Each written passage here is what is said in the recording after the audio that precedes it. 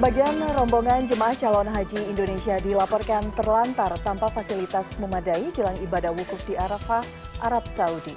Mulai dari keterlambatan bus penjemput hingga kurangnya tenda di Arafah dikeluhkan oleh calon haji. Saya Elvira Karunisa, Anda menyaksikan CNN Indonesia Newsroom dan berikut 3 topik utama kami hari ini.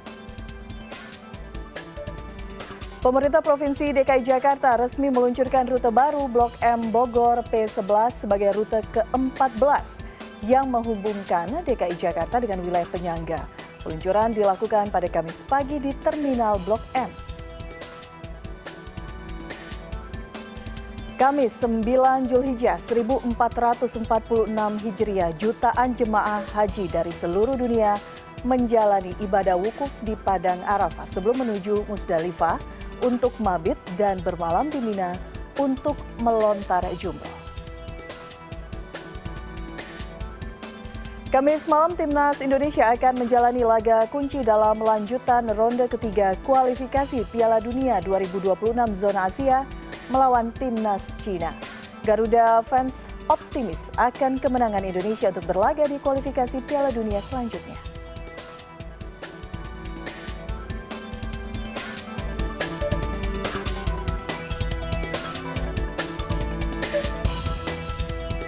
Kapal penyeberangan The Tanis yang hendak menyeberang dari Nusa Lembongan ke Sanur Bali tenggelam akibat dihantam gelombang tinggi Rabu sore. Detik-detik kapal terbalik ini terekam kamera warga. Para penumpang berhasil menyelamatkan diri. Peristiwa ini terjadi sekitar pukul 16.30 waktu Indonesia Tengah ketika kapal berlayar dari Nusa Lembongan menuju Pelabuhan Sanur berkali-kali dihantam gelombang tinggi. Air yang masuk ke badan kapal membuat kapal perlahan tenggelam. Untungnya kapal yang mengangkut 89 penumpang, 77 diantaranya warga asing dapat diselamatkan. Beberapa kapal lain mendekat dan memindahkan penumpang. Beberapa penumpang bahkan menceburkan diri saat kapal mulai hilang dari permukaan air.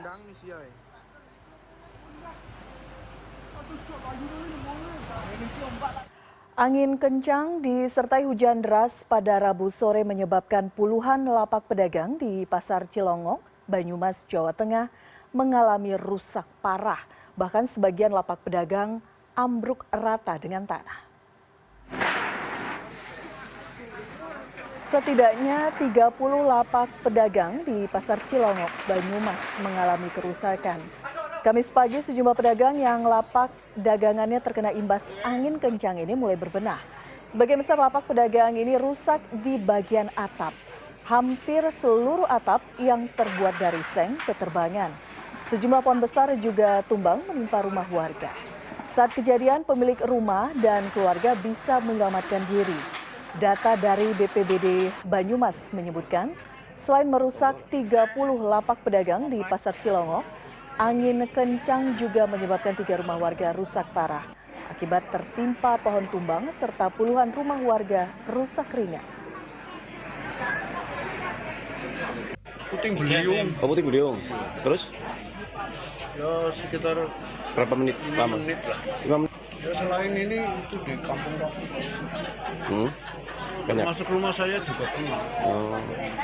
Emang hujannya gede banget atau seperti apa? Hujannya besar, Oh, terus angin. angin. Ini tiba-tiba aja patah ya? Ya patah, ada orangnya pada duduk sini. Bruk gitu aja. Terus pada lari atau gimana, Pak?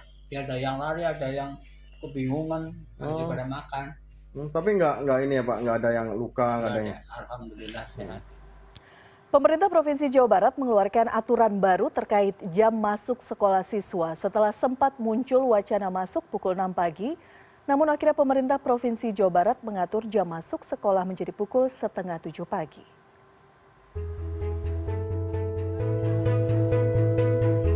Pemerintah Provinsi Jawa Barat menetapkan jam masuk sekolah serentak pada pukul 6.30 pagi mulai tahun ajaran baru 2025-2026. Hal ini tertuang dalam Surat Edaran Gubernur Jawa Barat tentang jam efektif pada satuan pendidikan di Jawa Barat tertanggal 28 Mei 2025. Pemberlakuan aturan jam masuk ini menuai komentar dari berbagai elemen masyarakat. Salah satunya adalah Peggy Meirina. Ibu dari 3 orang anak ini menilai aturan tersebut memang bisa membantu anak agar lebih disiplin dan membiasakan anak bangun lebih pagi. Di sisi lain, aturan ini juga cukup memberatkan bagi siswa yang berdomisili jauh dari sekolah, seperti anaknya yang setiap hari harus menempuh jarak 5 km menggunakan sepeda. Sebagai orang tua, ia pun harus bangun lebih pagi untuk menyiapkan keperluan anak sekolah. Jam 4 udah mulai ke dapur biasanya. Tapi juga kadang suka rusuh juga sih kalau misalnya. Pokoknya jam 4 ke dapur, siapin makan, siapin bekal, subuh sholat, baru setrika baju. Jadi anak-anak juga udah pada mandi, makan. Gitu. Pasti agak sulit. Apalagi ya masuk jam 7 aja mereka masih susah dibangunin kan, apalagi lebih pagi lagi. Tapi ya nggak apa-apa, biar mereka terbiasa mumpung masih kecil. Berbagai tanggapan juga dilontarkan para pelajar di Jawa Barat. Ada yang setuju, namun ada juga yang mengaku akan kesulitan mengikuti aturan baru ini. Soalnya rumahku juga jauh, terus pagian banget. Terus waktu buat perjalanan juga kan lumayan kan, ada yang macet juga kan. Tapi ada hal positifnya juga sih dari situ kan. Jadi datangnya pagi itu kan udaranya masih segar. Ya karena problemnya itu, karena aku kan biasa tidur malam belajar dulu, jadi bangunnya jadi telat gitu. Iya, jadi sering telat bangunnya. Iya. Mendingan jangan terlalu pagi lah. Iya, lebih baik kalau aku sih malamnya nggak apa-apa dibatasin, tapi paginya lebih agak lama gitu. Lebih siang. Ya. Sementara sejumlah sekolah mengaku siap untuk mengikuti aturan jam masuk ini, meski harus ada sejumlah penyesuaian, terutama bagi para tenaga pendidik. Memang untuk mungkin sisi kurangnya ya, karena memang ini kan guru juga tempat tinggalnya ada yang lebih jauh juga, itu ya pasti butuh penyesuaian begitu. Apalagi mungkin yang masih punya balita, ya mungkin kendalanya di sana. Jadi harus dipersiapkan lebih pagi lagi, itu saja. Tapi kegiatan ini tuh harus diimbangi dengan kebijakan-kebijakan yang lain supaya tidak memberatkan guru, siswa, dan orang tua. Kebijakannya seperti penempatan guru sesuai domisili, gitu. Terus atau penyediaan mes untuk guru yang jauh rumahnya, dan juga tentunya transportasi yang memadai untuk siswa yang pergi pagi-pagi gitu. Pokoknya kan tahu sendiri di Bandung seperti ini gitu ya kondisinya. Selain aturan mengenai jam masuk, dalam surat edaran pemerintah Provinsi Jawa Barat juga mengatur durasi minimal waktu pembelajaran per hari bagi para siswa, serta menetapkan proses belajar mengajar hanya berlangsung dari hari Senin sampai Jumat. Tim Liputan CNN Indonesia, Bandung, Jawa Barat. Kehadiran sekolah rakyat membuka harapan baru bagi keluarga miskin. Salah satunya dirasakan oleh Endang Ristiningsi, warga desa Jogomulyo, Tempuran, Kabupaten Magelang yang anaknya lolos seleksi menjadi calon siswa sekolah rakyat. Sementara di Sukabumi, Jawa Barat, Wakil Kepala Staf Kepresidenan Muhammad Kodari meninjau sejumlah gedung yang akan disulap menjadi sekolah rakyat.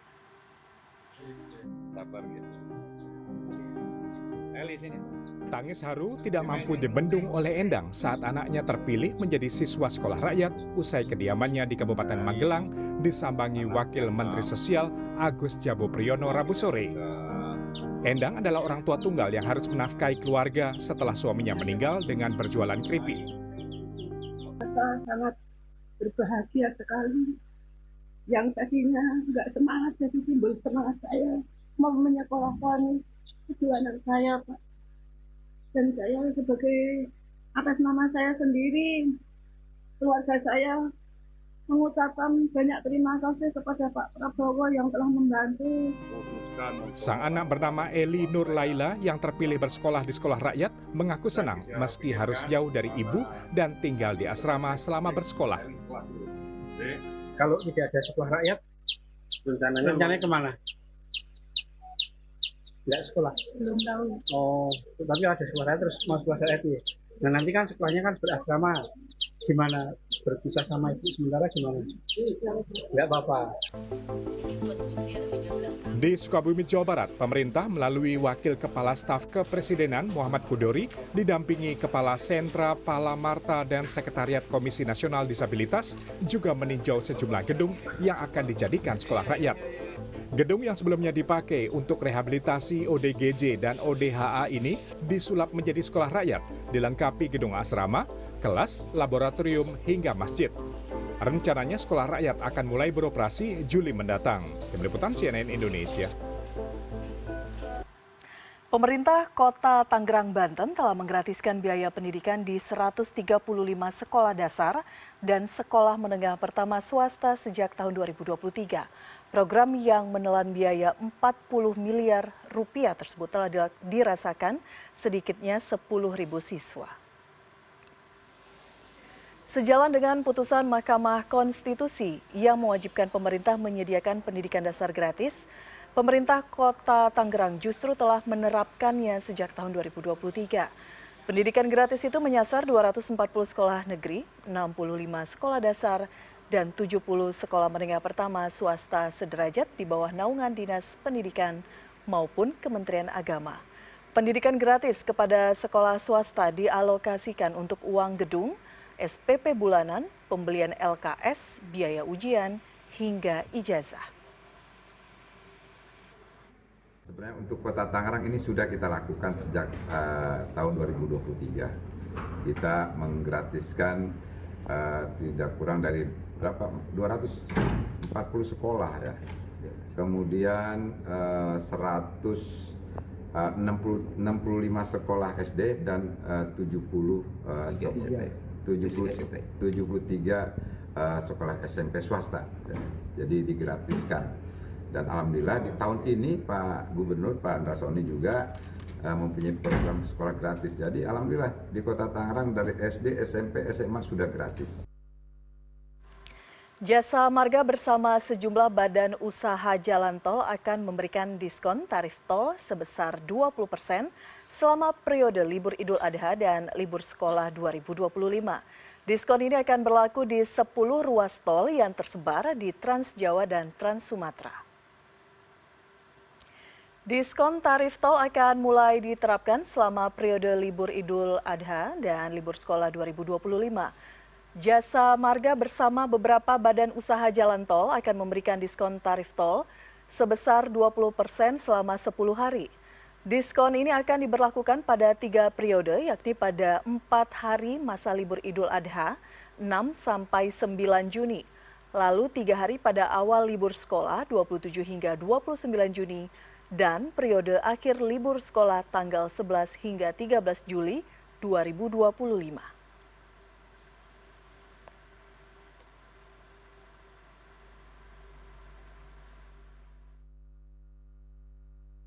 Stimulus potongan tarif tol sebesar 20% yang diterapkan selama 10 hari tersebut akan dibagi ke dalam 3 periode, yakni 4 hari pada periode libur Idul Adha, mulai dari tanggal 6 sampai dengan 9 Juni 2025, lalu 3 hari pada periode awal libur sekolah mulai dari tanggal 27 sampai dengan 29 Juni 2025 dan 3 hari pada periode akhir libur sekolah mulai dari tanggal 11 sampai dengan 13 Juli 2025. Potongan tarif ini akan berlaku bagi semua golongan kendaraan yang melakukan perjalanan menerus. Stimulus potongan tarif ini diharapkan dapat meringankan beban biaya perjalanan bagi para pengguna jalan tol sehingga dapat turut berdampak pada pertumbuhan ekonomi nasional. Dan berikut ini adalah ruas tol yang diberlakukan diskon tarif tol.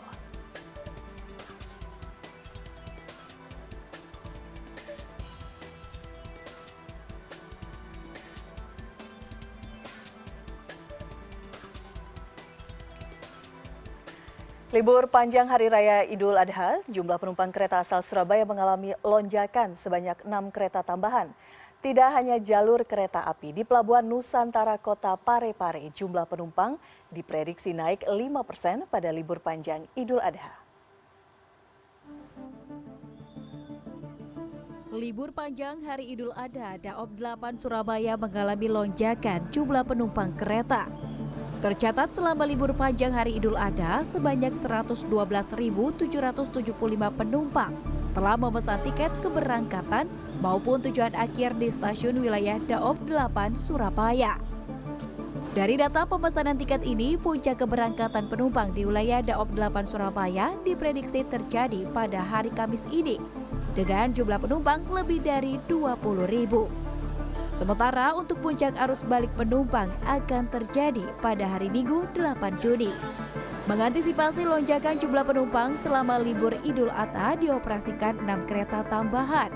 Selain mengoperasikan 6 kereta tambahan, Daob 8 Surabaya juga mengoperasikan 52 kereta jarak jauh reguler.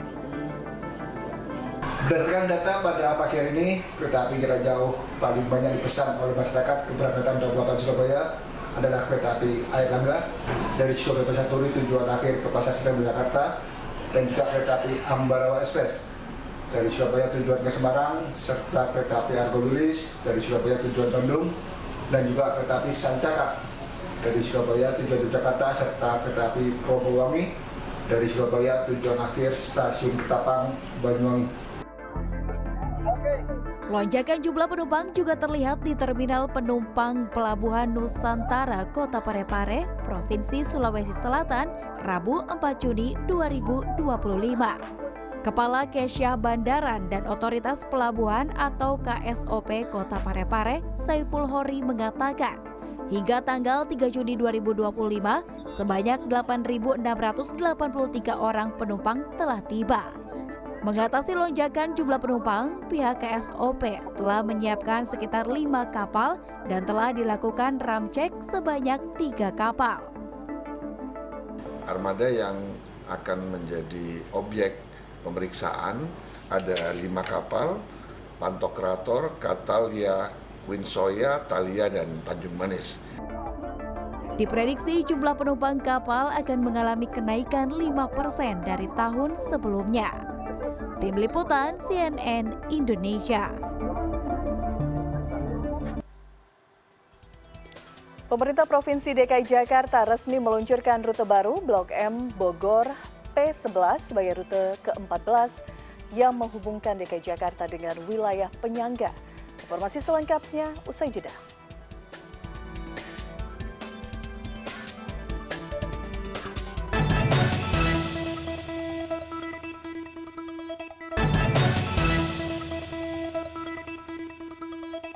Pemerintah Provinsi DKI Jakarta resmi meluncurkan rute baru Blok M Bogor P11 sebagai rute ke-14 yang menghubungkan DKI Jakarta dengan wilayah penyangga. Peluncuran dilakukan pada Kamis pagi di Terminal Blok M.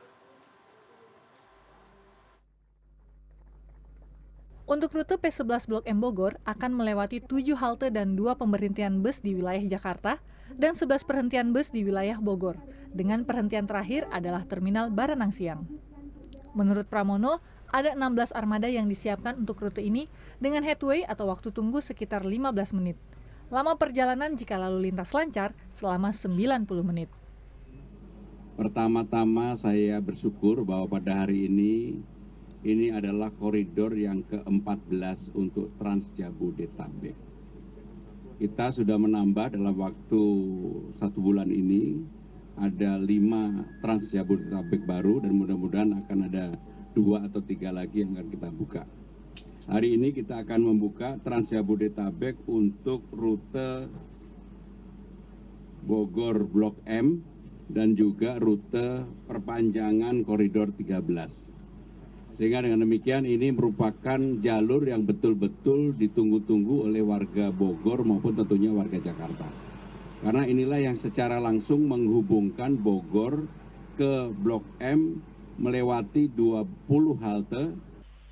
Di hari pertama pengoperasian rute ini masih belum nampak kepadatan penumpang. Afrizal, salah satu penumpang Transjakarta tujuan Bogor, mendapatkan informasi rute ini dari sosial media. Setiap hari dia menggunakan komuter lain. Dengan adanya rute Transjakarta yang baru ini, memberi kemudahan bagi penumpang transportasi umum. Iya. Mencoba pertama kali rute ini kan ya? Pertama kali ke Bogor ya. Informasinya dapat dari mana? Dari Instagram. Instagram iya. Ini memang mau coba atau memang ada urusan gitu? Emang ada urusan sih di Bogor, iya. Itu biasanya kalau ke Bogor atau mas? Biasanya kalau ke Bogor naik itu kereta KRL. KRL ya. Dengan jam yang sama? Jam yang sama, Nah, betul. Ini dengan jam yang sama kira-kira pukul 11 ya? Iya. Nah, itu perbedaan antara KRL dan Transjakarta apa yang mas rasakan? Kalau untuk jamnya sih belum tahu ya, karena ini baru pertama kali coba. Tapi kalau untuk kepenuhan penumpangnya kayaknya di busway ini lebih agak kosong gitu ya, atau mungkin juga beberapa masyarakat ada yang belum tahu rute P11 ini yang baru gitu. Tapi kalau untuk ininya sih lebih bagus kayaknya ditambah nih, kan ada, jadi kalau ke Bogor itu ada KRL sama busway, jadi ada tambahan moda transportasinya nih, jadi nggak begitu numpuk di KRL gitu. Pemerintah Provinsi DKI Jakarta akan terus melakukan penambahan armada untuk memperlancar mobilitas warga dan membuka rute-rute baru yang menghubungkan kota Jakarta dengan kota penyangganya.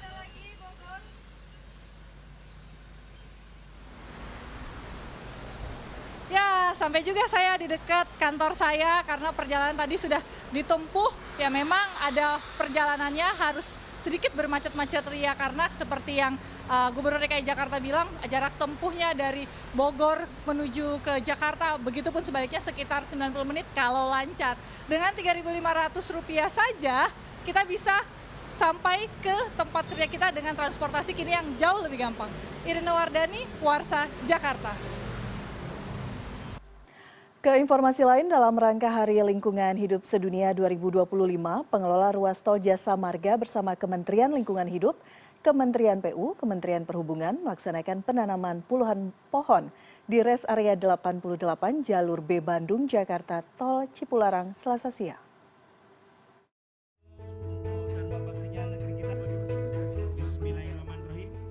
Sebanyak 47 pohon jenis pulai atau Alstonia scholaris ditanam secara simbolis oleh pengelola ruas tol Jasa Marga, Kementerian Lingkungan Hidup, Kementerian PU, Kementerian Perhubungan, dan Wakil Gubernur Jabar di res area 88 jalur B Bandung, Jakarta, Selasa siang. Penanaman pohon dalam rangka Hari Lingkungan Hidup Sedunia 2025 ini bertujuan menjaga lingkungan dari polusi udara. Res area adalah titik kumpul dan aktivitas masyarakat yang beristirahat setelah melakukan perjalanan di ruas tol. Rest area ini tempat berkumpulnya kita semua dari seluruh tanah air. Harapan kita ada langkah-langkah serius, sekali lagi udah sering saya katakan, rest area harus mengambil langkah tegas di dalam rangka menjadikan rest area ini sebagai tempat merubah budaya kita, tempat merubah culture kita, karena ini menjadi simpul dari berkumpulnya orang. Kalau kita katakan ke Singapura, kita bisa tertib. Begitu pulang ke Soekarno-Hatta, kita elek-elekan lagi. Ini kan artinya ada hal yang memaksa. Sehingga kalau perlu, rest area ini harus memiliki instrumen yang khusus yang memaksa kita semua agar taat di dalam rangka pengelolaan sampah. Direktur Pengembangan Usaha Jasa Marga Agus Setiawan berharap keberadaan tempat pengolahan sampah di res area 88 jalur B Bandung, Jakarta bisa membantu mengurangi pencemaran lingkungan dari sampah dan polusi udara akibat pembakaran sampah.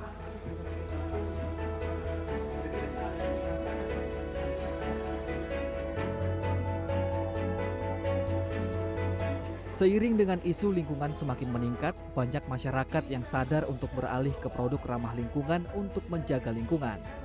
Di Hari Lingkungan Hidup Sedunia, sebuah diskusi tentang produk ramah lingkungan biomaterialis digelar. Biomaterialis merupakan sebuah produk ramah lingkungan yang terbuat dari tanaman tebu, batu kapur, dan botanical oil yang dapat mengurangi penggunaan material dari minyak bumi yang akan habis pada 50 tahun mendatang. Bahan yang ramah lingkungan ini aman digunakan terutama pada bagian kulit dan limbahnya dapat terurai dengan cepat.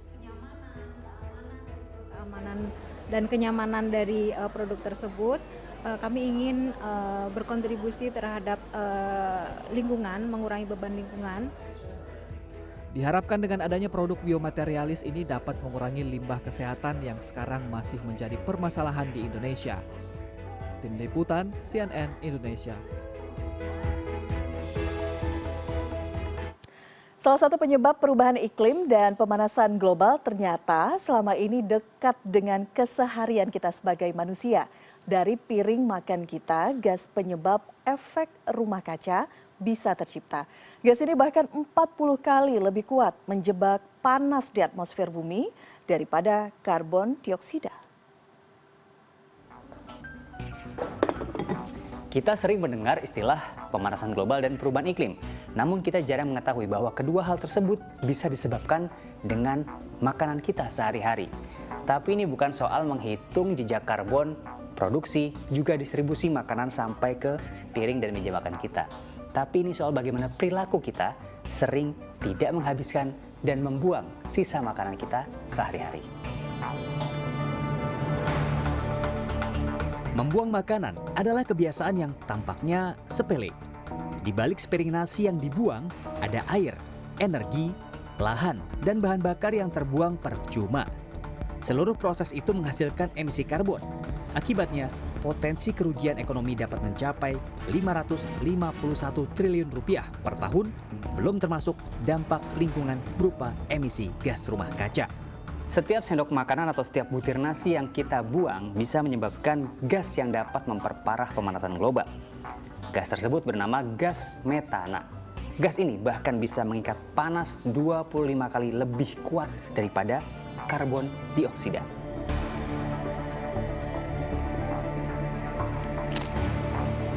Pada saat makanan membusuk di tempat sampah, ia melepaskan gas metana, gas rumah kaca yang jauh lebih kuat daripada karbon dioksida.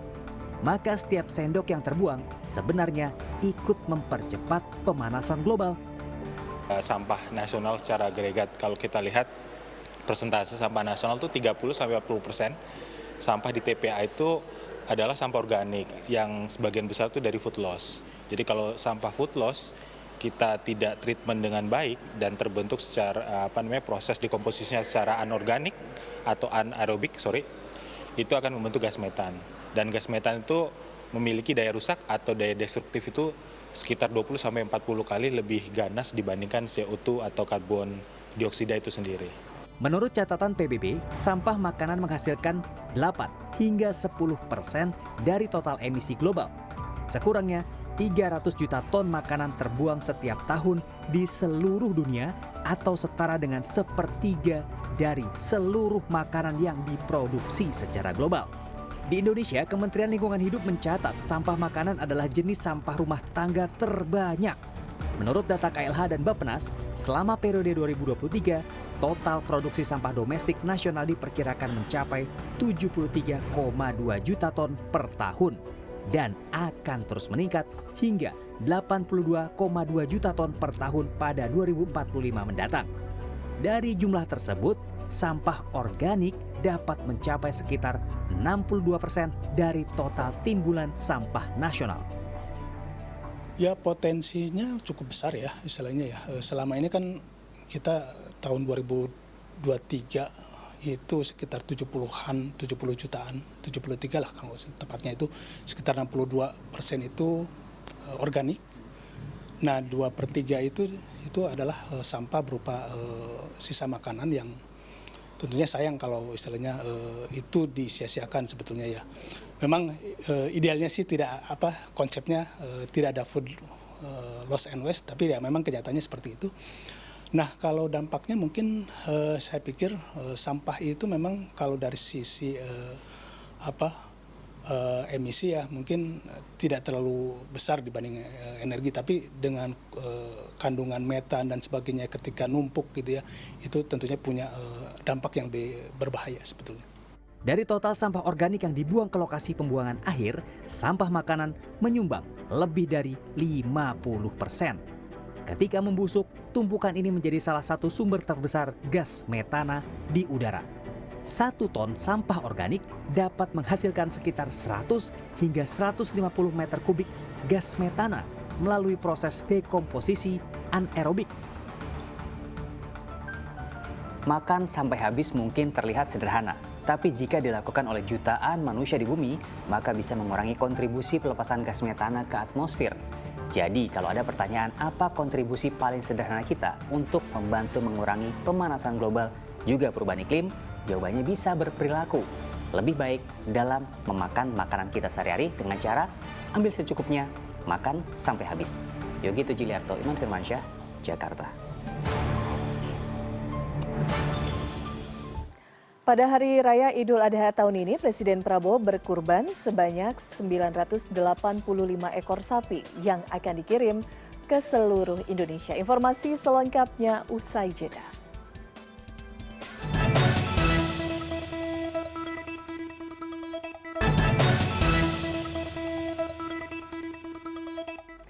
Presiden Prabowo Subianto berkurban 985 sapi pada Hari Raya Idul Adha 1446 Hijriah.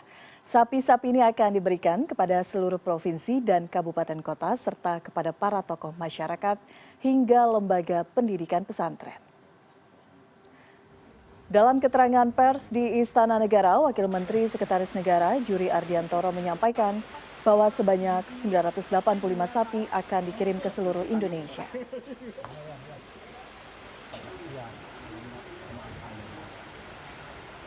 Sapi kurban akan diserahkan ke masyarakat melalui 2 skema. Yang pertama akan diberikan kepada pemerintah daerah yang dilanjutkan ke masjid setempat. Yang kedua akan diserahkan ke tokoh masyarakat, pondok pesantren, serta kelompok masyarakat yang dinilai layak. Jadi setiap provinsi dari 38 provinsi, kemudian 514 kabupaten kota, Presiden menyerahkan masing-masing 1 sapi, kecuali 55 kabupaten kota yang masing-masing diberikan 2 sapi. Kenapa? Karena sapi yang diserahkan dari Bapak Presiden itu beratnya antara 800 sampai 1,3 ton sapi beratnya. Ada 55 daerah yang tidak tersedia sapi dengan bobot antara 800 sampai 1,3 ton. Sehingga harus diberikan 2 sapi. 2 hari menjelang Hari Raya Idul Adha, pemerintah Kota Medan memperketat pengawasan terhadap kesehatan hewan kurban. Karena semua hewan kurban berasal dari luar Kota Medan. Pada Rabu baru ada 1.000 ekor hewan kurban sapi dan domba yang dijual 13 pedagang hewan kurban tiba di Medan. 8.000 ekor hewan kurban lainnya diprediksi baru masuk Kota Medan sehari menjelang Hari Raya Idul Adha. Tim Kesehatan Hewan, Dinas Ketahanan Pangan, Pertanian, dan Perikanan Kota Medan memeriksa hewan kurban yang dijual pedagang di Jalan Karya Jaya, Medan. Kesehatan hewan secara fisik dan antemortem diperiksa guna memastikan hewan kurban yang dijual di Medan sehat dan baik untuk dikonsumsi. Pemerintah Kota Medan mencatat ada 13 tempat penjualan hewan kurban. Mereka menyediakan 1.000 lebih hewan kurban. Sebagian besar hewan kurban berasal dari luar Kota Medan. Hingga Rabu sore, Dinas Ketahanan Pangan, Pertanian, dan Perikanan Kota Medan telah memeriksa 9.648 hewan yang akan dikurbankan di 21 kecamatan di Medan. Guna memastikan hewan kurban yang dijual sehat, para pedagang diwajibkan memiliki surat pemeriksaan kesehatan hewan dari daerah asal, termasuk surat keterangan hewan telah divaksin. Jadi seperti tadi yang kita lihat di sini aja, ini rata-rata ini di luar kota ya yang ada di sini, ada yang dari Karo, ada dari Langkat, ada yang di Simalungun. Tentu di daerah lain juga yang sudah direncanakan setiap di rumah-rumah ibadah di masjid, ini pasti semua dari daerah yang tersebut. Karena itulah yang paling berdekatan, yang memiliki peternakan yang bisa menyangkubi kebutuhan kurban di Kota Medan. Para pedagang hewan kurban di Medan menjaga hewan dengan memberi makanan yang baik. Kandang juga dilakukan penyemprotan desinfektan untuk mencegah penyakit menyerang hewan kurban yang mereka jajakan.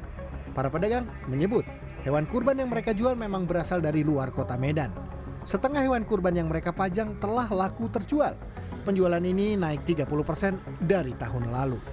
Dalam perawatan ya kita harus jaga terutama makanan dan ada obat-obatan juga yang kita suntikkan setelah sapi itu sampai ke tempat kita. Sejauh ini seperti apa? Sehat semua seperti apa? Sehat Pak. Saya alhamdulillah sehat semuanya. Pemerintah Kota Medan memprediksi 8.000 hewan akan masuk lagi ke Kota Medan sehari menjelang Hari Raya Idul Adha. Hewan dari kabupaten kota tetangga, Kota Medan, akan langsung diantar pada panitia hewan kurban yang memesannya.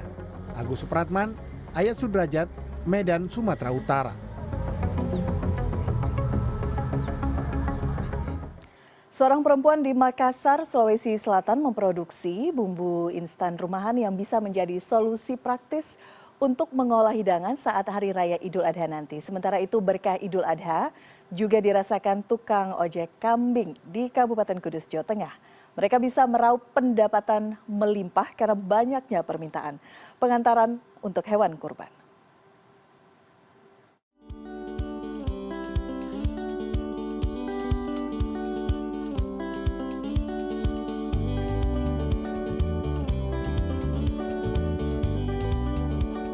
Sejak tahun 2020, Niar, wanita berusia 32 tahun ini, menjalani usaha pembuatan bumbu instan khususnya bumbu makanan khas Kota Makassar seperti coto dan konro. Dengan rempah pilihan seperti kemiri, serai, bawang-bawangan, cabai, kacang, dan sebagainya, menjadikan bumbu instan pelengkap ini sangat membantu untuk memperpendek waktu serta tenaga dalam proses memasak. Niar memiliki resep rahasia yang terkandung dalam bumbu buatannya. Kebetulan di rumah ada menjual daging yang bahannya bahan baku coto. Jadi saya dan tahu kebetulan orang rumah tahu bumbu coto seperti apa, cara bikinnya, dan banyak orang menyukai coto dari buatan keluarga. Jadi kami bikin coto. Usaha rumahan yang ia lakoni di samping menjadi dosen ini turut membantu penikmat kuliner khas Makassar agar tidak sulit memasak masakan khas Makassar yang memang dikenal memiliki paduan bumbu rempah yang menggugah selera. Takaran bumbu yang tepat menghasilkan cita rasa yang mampu menggoyang lidah penikmat kuliner bumi Anging Mamiri.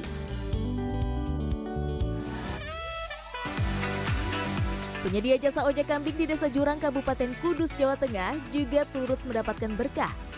Para tukang ojek kambing ini mengantarkan hewan kurban dengan menggunakan sepeda motor yang telah dimodifikasi dengan keranjang angkut. Omset yang diraup perharinya pun meningkat pesat. Pada hari biasa, biaya pengantaran kambing dipatok Rp25.000 per ekor. Di momen lebaran kurban ini, ongkosnya naik hingga 2 kali lipat atau sebesar Rp50.000. Pendapatan yang dihasilkan pun bisa mencapai Rp200.000 hingga Rp300.000 per hari. Ada kenaikan juga berarti? Ada kenaikan, soalnya harga jualnya mahal, ojekannya ya ikut mengikuti lah. Itu ben sapi rezeki dibagi lah gitu. Kalau motornya ini memang khusus ya Pak untuk? Motornya khusus motor ojek kambing. Sekali muat ini kan 200. Jika sehari-hari mereka hanya mampu mengirim 1 atau 2 pesanan, di momen Idul Adha mereka bisa mengantarkan hingga 6 ekor kambing. Tim Liputan CNN Indonesia. Memasuki puncak haji, ribuan jemaah calon haji memadati Padang Arafah, Arab Saudi pada Kamis. Informasi selengkapnya usai jeda.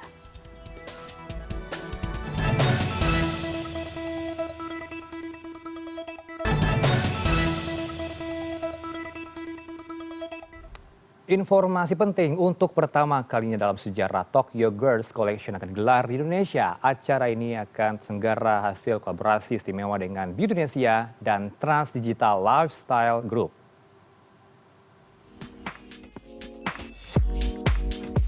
CEO Trans Digital Life Group Putri Tanjung menyampaikan acara yang mengusung tema A Stage for Every Woman to Shine yang sudah berlangsung selama 20 tahun di Jepang tidak hanya sebagai ajang fashion show, tapi juga mengusung nilai-nilai pemberdayaan perempuan. Hal ini yang membuat Putri berani membawa Tokyo Girls Collection TGC ke Indonesia, yang puncak acaranya akan digelar pada 5 hingga 6 Juli 2025. Kita juga kenapa kita pingin banget berkolaborasi juga sama Tokyo Girls Collection, karena kita nantinya mimpinya pingin banget juga bisa membawa budaya Indonesia keluar, apalagi dengan kolaborasi sama W Tokyo. Semoga kita bisa bawa our local designers, sama kita juga pingin bisa membawa our local models and inspirators untuk bisa jalan juga nantinya di Tokyo Girls Collection di Tokyo juga. Jadi kita happy banget, nanti semoga semuanya juga bisa berjalan dengan lancar.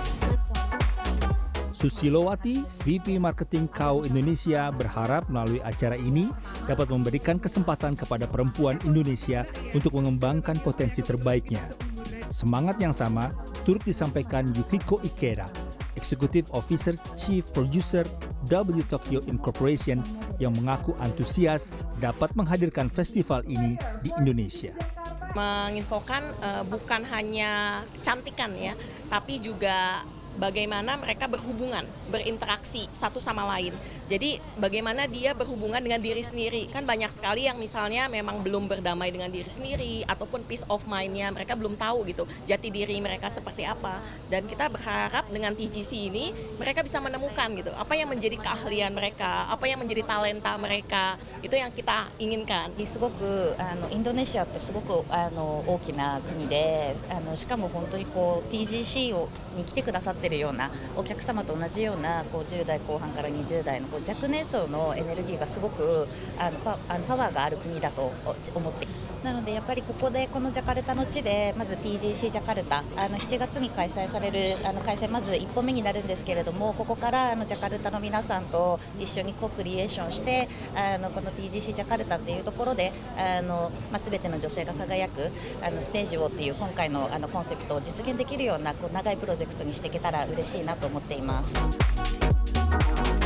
Acara ini dikenal karena inklusivitasnya dan kemampuannya menjangkau generasi muda dengan gaya hidup yang relevan.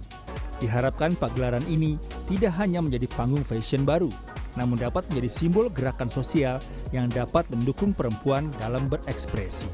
Fadli Julian, Indra Hadi, Jakarta. Kita ke informasi berikutnya. Jelang Idul Adha 1446 Hijriah yang jatuh pada 6 Juni, kondisi pasar hewan ternak di berbagai negara Islam ramai dikunjungi oleh pembeli.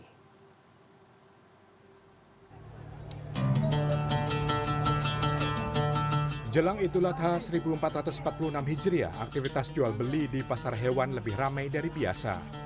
Idul Adha, salah satu hari raya terpenting bagi umat Islam secara tradisional, ditandai dengan penyembelihan hewan kurban untuk mengenang Nabi Ibrahim. Para peternak sapi di Bangladesh berupaya untuk memenuhi permintaan hewan kurban jelang Idul Adha. Hal ini dipicu oleh penurunan impor sapi India karena kontrol yang ketat. Untuk memenuhi permintaan Idul Adha tahun ini, Bangladesh membutuhkan lebih dari 10 juta ekor sapi. Namun hal ini juga menciptakan peluang bagi pengusaha lokal untuk beralih ke industri ini. Lebih dari 12 juta ekor sapi hasil pengembangbiakan lokal telah disiapkan untuk hari raya tahun ini. এই হাটটা আপনি ঢাকা শহরে বাংলাদেশের যে কোনো হাটে যাবেন সব দেশি গরু, আমাদের কোনো ইন্ডিয়ান গরু নেই, আমরা নিজেরাই স্বয়ংসম্পূর্ণ। Di Gaptoli, pasar sapi terbesar di Dhaka, sapi jantan impor asal India hampir tidak terlihat. Tidak seperti tahun sebelumnya ketika impor sapi membantu memenuhi permintaan yang tinggi menjelang hari raya. Sementara itu, warga Palestina di tepi barat memadati pasar ternak untuk membeli hewan kurban menjelang Idul Adha. Situasi ekonomi yang sulit di tepi barat telah mengurangi daya beli warga. Mereka kesulitan menjual atau membeli domba untuk disembelih. Harga hewan ternak melonjak karena kenaikan biaya pakan dan meningkatnya ketegangan dengan Israel di tepi barat dan wilayah Palestina lainnya. Warga tepi barat mengatakan pemukim Israel melarang beberapa peternak untuk mengembalakan domba mereka di padang rumput hijau di sekitar permukiman Israel. Sementara banyak ternak warga tepi barat yang dicuri oleh para pemukim Israel. Selama 2 bulan terakhir, warga tepi barat mengatakan sekitar 1.500 ekor domba dan kambing dicuri oleh para pemukim Israel. Hewan ternak dibawa dari desa menggunakan truk pick-up dengan pengawalan polisi dan tentara Israel. Untuk mengendalikan harga yang tinggi, Kementerian Ekonomi Nasional Palestina menetapkan harga standar untuk daging di pasar sekitar Rp184.000 per kilogram.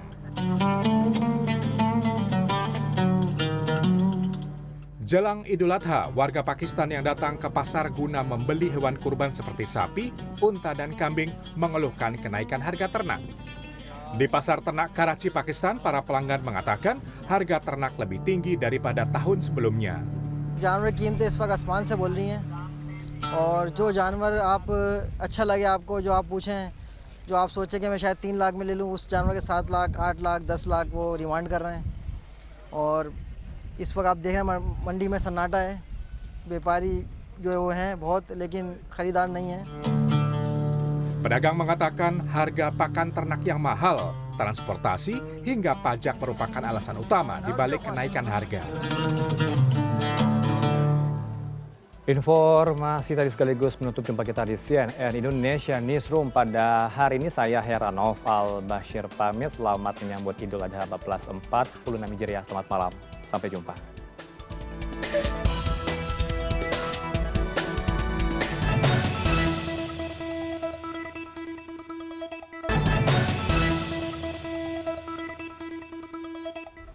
Informasi penting untuk pertama kalinya dalam sejarah Tokyo Girls Collection akan digelar di Indonesia. Acara ini akan senggara hasil kolaborasi istimewa dengan Beauty Indonesia dan Trans Digital Lifestyle Group.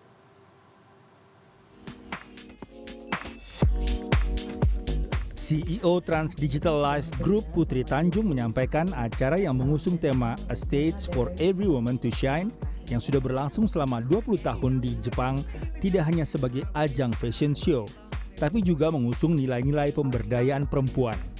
Hal ini yang membuat Putri berani membawa Tokyo Girls Collection TGC ke Indonesia, yang puncak acaranya akan digelar pada 5 hingga 6 Juli 2025.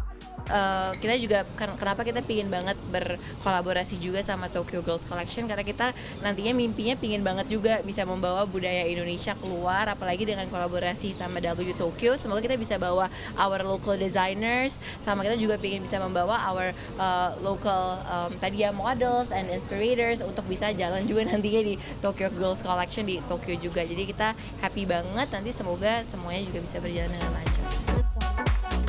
Susilowati, VP Marketing KAO Indonesia, berharap melalui acara ini dapat memberikan kesempatan kepada perempuan Indonesia untuk mengembangkan potensi terbaiknya.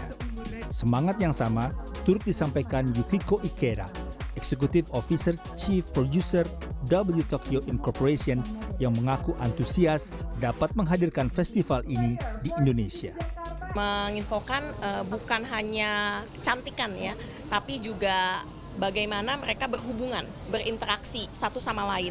Jadi bagaimana dia berhubungan dengan diri sendiri. Kan banyak sekali yang misalnya memang belum berdamai dengan diri sendiri, ataupun peace of mind-nya, mereka belum tahu gitu jati diri mereka seperti apa. Dan kita berharap dengan TGC ini mereka bisa menemukan gitu apa yang menjadi keahlian mereka, apa yang menjadi talenta mereka.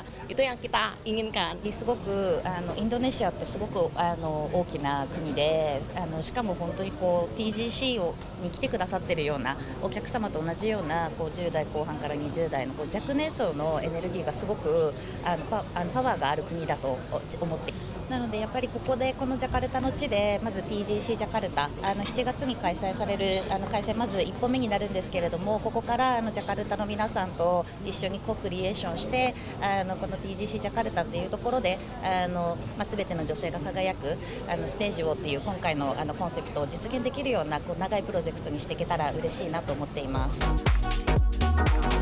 Acara ini dikenal karena inklusivitasnya dan kemampuannya menjangkau generasi muda dengan gaya hidup yang relevan. Diharapkan pagelaran ini tidak hanya menjadi panggung fashion baru, namun dapat menjadi simbol gerakan sosial yang dapat mendukung perempuan dalam berekspresi. Fadli Julian, Indra Hadi, Jakarta. Kita ke informasi berikutnya. Jelang Idul Adha 1446 Hijriah yang jatuh pada 6 Juni, kondisi pasar hewan ternak di berbagai negara Islam ramai dikunjungi oleh pembeli.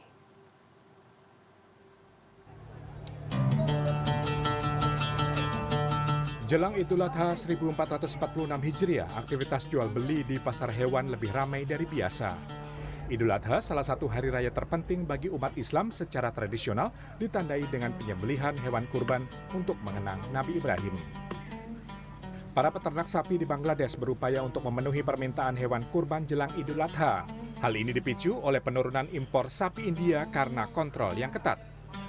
Untuk memenuhi permintaan Idul Adha tahun ini, Bangladesh membutuhkan lebih dari 10 juta ekor sapi. Namun hal ini juga menciptakan peluang bagi pengusaha lokal untuk beralih ke industri ini. Lebih dari 12 juta ekor sapi hasil pengembangbiakan lokal telah disiapkan untuk hari raya tahun ini. এই হাট না, আপনি ঢাকা শহরে বাংলাদেশের যে কোনো হাটে যাবেন সব দেশি গরু, আমাদের কোনো ইন্ডিয়ান গরু নেই, আমরা নিজেরাই স্বয়ংসম্পূর্ণ। Di Gaptoli, pasar sapi terbesar di Dhaka, sapi jantan impor asal India hampir tidak terlihat. Tidak seperti tahun sebelumnya ketika impor sapi membantu memenuhi permintaan yang tinggi menjelang hari raya. Sementara itu, warga Palestina di tepi barat memadati pasar ternak untuk membeli hewan kurban menjelang Idul Adha. Situasi ekonomi yang sulit di tepi barat telah mengurangi daya beli warga. Mereka kesulitan menjual atau membeli domba untuk disembelih. Harga hewan ternak melonjak karena kenaikan biaya pakan dan meningkatnya ketegangan dengan Israel di tepi barat dan wilayah Palestina lainnya. Warga tepi barat mengatakan pemukim Israel melarang beberapa peternak untuk mengembalakan domba mereka di padang rumput hijau di sekitar permukiman Israel. Sementara banyak ternak warga tepi barat yang dicuri oleh para pemukim Israel. Selama 2 bulan terakhir, warga tepi barat mengatakan sekitar 1.500 ekor domba dan kambing dicuri oleh para pemukim Israel. Hewan ternak dibawa dari desa menggunakan truk pick-up dengan pengawalan polisi dan tentara Israel. Untuk mengendalikan harga yang tinggi, Kementerian Ekonomi Nasional Palestina menetapkan harga standar untuk daging di pasar sekitar Rp184.000 per kilogram.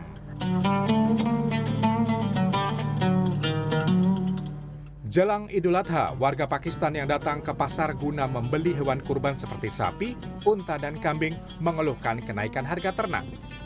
Di pasar ternak Karachi, Pakistan, para pelanggan mengatakan harga ternak lebih tinggi daripada tahun sebelumnya. जानवर की कीमतें इस वक्त आसमान से बोल रही हैं और जो जानवर आप अच्छा लगे आपको, जो आप पूछें, जो आप सोचें कि मैं शायद 3 लाख में ले लूँ, उस जानवर के 7 लाख, 8 लाख, 10 लाख वो डिमांड कर रहे हैं। और इस वक्त आप देख रहे हैं मंडी में सन्नाटा है, व्यापारी जो वो हैं बहुत, लेकिन खरीदार नहीं है। Pedagang mengatakan harga pakan ternak yang mahal, transportasi, hingga pajak merupakan alasan utama di balik kenaikan harga. Informasi tadi sekaligus menutup jumpa kita di CNN Indonesia Newsroom pada hari ini. Saya Heranov Al-Bashir pamit. Selamat menyambut Idul Adha 1446 Hijriah. Selamat malam. Sampai jumpa.